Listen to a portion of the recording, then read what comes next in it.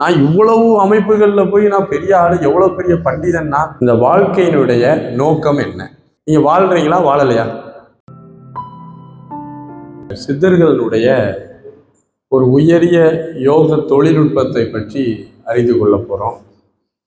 சித்தர்களுடைய இந்த ஒரு கலையை படிப்பதற்கு நமக்கு எல்லாருக்குமே விட்டகோர தொட்டகோர இல்லாம இந்த கலை சித்திக்காது. கோடிக்கணக்கான உயிர்கள் இந்த பூமியில இருக்கு. தமிழகத்திலேயே லட்சக்கணக்கான கோடிக்கணக்கான மக்கள் இருக்கிறோம். எல்லாருக்கும் இந்த வாய்ப்பு கிடைச்சதா அப்படின்னா கிடையாது. யாரோ ஒரு சிலருக்குத்தான் இந்த சித்தர்களுடைய இந்த ஒரு உயர்ந்த கலையை கற்றுக்கொள்வதற்கான வாய்ப்பு கிடைக்குது.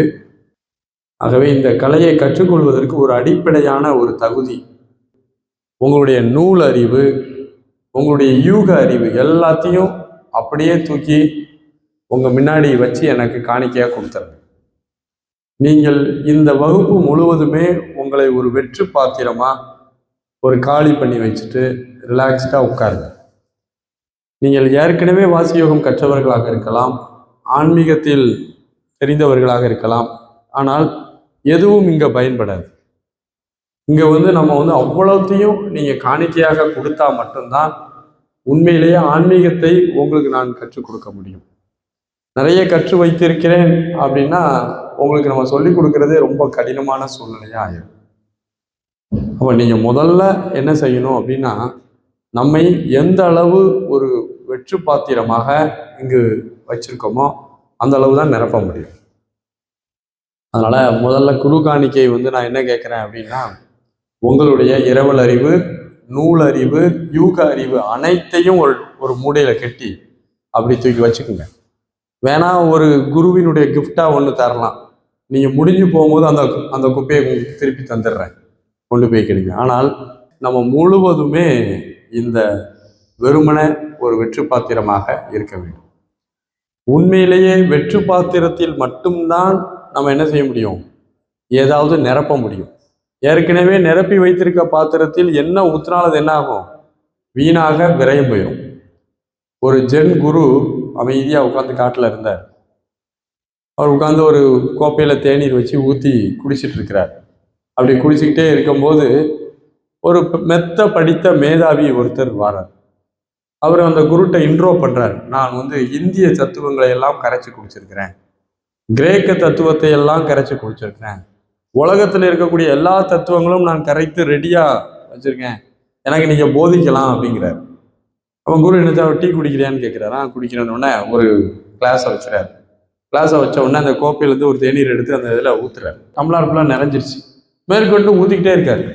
அந்த மெத்த படித்த மேதாவி, என்ன குரு நீங்கள் அறியாமல் இப்படி செய்கிறீங்களே, அவ்வளோ வீணாகலாம் போகுது அப்படின்னு உடனே, அதே போலதான்ப்பா நீ நிறைய தெரிஞ்சு வச்சிருக்கிற, அதனால நான் அதே மாதிரி தான் இப்போ நான் எவ்வளோ சொன்னாலும் எப்படி இந்த தேநீர் வீணாக விரயமாகிறதோ என்னுடைய உழைப்பும் வீணாக விரயம் பெயரும். அதனால முதல்ல போய் நீ உன்னை காலி செய்து விட்டு வா அப்படிங்கிறார். ஏன்னா காலி செய்தவர்களுக்கு தான் நம்ம போதிக்கவே முடியும். நிரப்பி வச்சிருக்கவங்களுக்கு எந்த போதனையும் தேவை கிடையாது. நான் ஆல்ரெடி நிரப்பி வச்சுட்டாங்க, அவங்களுக்கு தேவை கிடையாது. அப்போ ஒரு கலையை கற்றுக்கொள்வதற்கான அடிப்படையான ஒரு பாவனை என்ன அப்படின்னா, வெற்று பாத்திரமாக நம்மை வைத்துக் கொள்வோம். இதே மாதிரி இன்னொரு கதை கூட சொல்லலாம். ஒரு குரு அமைதியா உட்கார்ந்து இருக்கும் போது ஒரு 2 பேர் மெடிடேஷன் படிக்க வராங்க.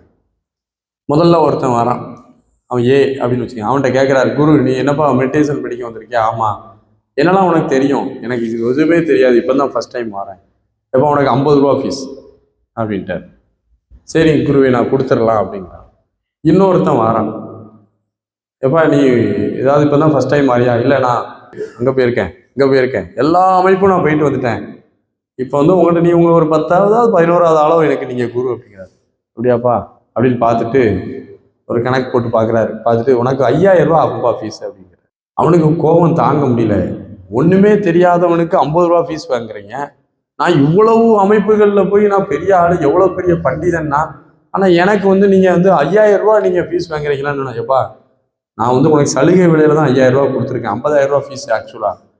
ஏன்னா உன்னை உடைச்சி உன்னை ஒரு மனுஷனா மாற்றி ஒரு வெற்று பத்திரமா மாத்துறதுக்கே எனக்கு 5000 ரூபா காணாது. உன் மைண்ட் அவ்வளோ குறுக்கிடும், உன்னை நான் நார்மலாக ஆக்க முடியாது அப்படிங்கிறார்.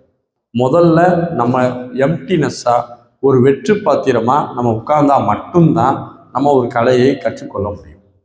ஸோ அதனால இப்போ எதுக்காகனா குரு காணிக்கைக்காக தான் எல்லாரும் பேசுகிறேன். எனக்கு நீங்கள் குரு காணிக்கையாக உங்களுடைய இரவல் அறிவு, நூலறிவு எல்லாத்தையும் அப்படியே நீங்கள் சரண்டர் பண்ணிட்டு ஒரு வெற்று பாத்திரமா இருந்துக்குங்க. அப்போ தான் நம்ம இந்த கலையை கற்றுக்கொள்ள முடியும். நம்ம ஒரு கேள்வி கேட்டாலோ, நீங்கள் என்கிட்ட கேள்வி கேட்டாலோ உங்களுடைய அறிவை நிரூபிப்பதாக இருக்கக்கூடாது. நான் சொல்றது உங்களுக்கு புரியும்னு நினைக்கிறேன். உங்களுடைய இயல்பில் இருந்து நீங்கள் பதில் சொல்லணும். உங்களுடைய இரவல் அறிவோ நூல் அறிவிலிருந்தோ பதில் சொல்லக்கூடாது. ஏன்னா அதான் நீங்கள் கட்டி கொடுத்துட்டீங்க.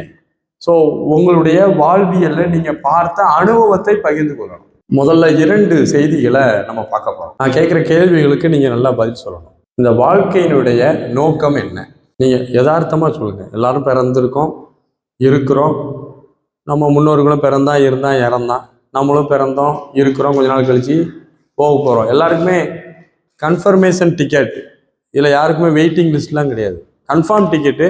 எப்போ டிக்கெட்டு உங்களுக்கு வேல்யூ ஆகுதுன்னு தெரியல. ஸோ அப்போ நம்ம இருக்கிறோம், எல்லாருமே இருக்கிறோம். வாழ்வின் நோக்கம் என்ன? முக்தி அடைகிறது. முக்தி அடைகிறதுன்னு உங்களுக்கு யார் சொன்னா? அதான் நீங்கள் உங்களுக்கு யார் சொல்லி கொடுத்தா முக்தி அடையணும்னு? அந்தந்த சூழ்நிலைக்கு ஏற்றாப்புல ஒரு நோக்கம் வருது, அடுத்த கட்டத்துக்கு போயிடுறீங்க. ஓகே,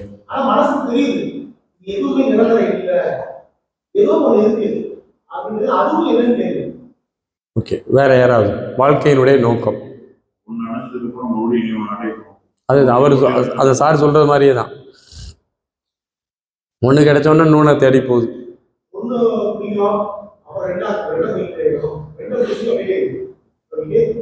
வேற யாருக்கும் வாழ்க்கைக்கு நோக்கமே இல்லை, ஒரே வாழ்க்கை வலிக்கிட்டு போகுது சார். எங்க நோக்கம் இருக்கு சொல்லுங்க. 4 பேருக்கு பயன்படுறது மாதிரி ஒரு அபிப்பிராயம் வச்சிருக்கீங்க. ஓகே. இப்போ நம்ம வாழ்க்கையினுடைய நோக்கம் அப்படிங்கிற விஷயமே தெரியாம வயசு இப்போ நமக்கு என்ன, நீங்களே கனெக்ட் பண்ணிக்கிறீங்க. 45, 50, 55, 60 இப்படி ஒரு பெரிய ஒரு சைக்கிள் நமக்குள்ள ஓடிட்டு இருக்கு. இத்தனை வருஷம் ஆகிட்டு என்ன நோக்கம்னே தெரியல. உண்மையிலேயே வாழ்க்கைக்கு நோக்கம் இருக்கா இல்லையா அப்படின்னு கேட்டீங்கன்னா, உண்மையிலேயே வாழ்க்கைக்குன்னு எந்த நோக்கமும் கிடையாது. ஒரே ஒரு நோக்கம் இருக்குது. என்ன நோக்கம்? வாழ்தல். ஆனா நமக்கு என்ன பிரச்சனைன்னா, நம்ம வாழவே இல்லை. இப்போ நம்ம உங்கள்கிட்ட ஒரு கொஸ்டின் கேட்குறேன், நீங்க வாழ்றீங்களா வாழலையா? வாழ்றது மாதிரி நினைக்கிறீங்க, வாழவில்லை. வாழாத மாதிரியும் இருக்கு. சரி, நம்ம தான் அந்த வாழ்க்கைக்கான நோக்கத்தை வரையறுத்து கொள்றோம். உண்மையிலே வாழ்க்கைக்கு ஒரு நோக்கம் இருக்கும் என்றால் அந்த நோக்கம் வாழ்தல். நம்ம வாழ்கிறோமா? இப்போ அடுத்த கொஸ்டினுக்கு வாங்க. வாழ்கிறோமா? வாழ முயற்சி செய்கிறோமா? 70 வயசு ஆள்கிட்ட போய் கேட்டாலும் இதெல்லாம் முடிஞ்சிட்டுனா, இப்போ அவங்க சொன்ன மாதிரி ஒன்றுலாம் கமிட்மெண்ட் இருக்கு சார், இந்த கமிட்மெண்ட்லாம் முடிஞ்சிருச்சுன்னா நான் அடுத்த கட்ட கமிட்மெண்ட்டு ஃப்ரீ ஆயிடுவேன். சரி, அப்படி ஃப்ரீ ஆயிடுவேன்னு சொன்னோன்னா அடுத்த கட்ட கமிட்மெண்ட்டுக்கு நம்ம போகிறோம். அதுவும் முடிஞ்சிட்டுனா இன்னொன்று உருவாகுது. ஒன்று முடிய இன்னொன்று காத்துட்டே இருக்கு. அப்போ நம்ம என்னைக்கு தான் கமிட்மெண்ட் எல்லாம் முடிச்சுட்டு நிம்மதியாக வாழ்றது? வாழ்தல் அப்படிங்கிறது நம்மகிட்ட நடக்குதா இல்லையான்னு கேட்டிங்கன்னா, வாழ்வதற்கான முயற்சியிலேயே நம்முடைய காலத்தை ஃபுல்லாக கொண்டு போயிடுறோம்.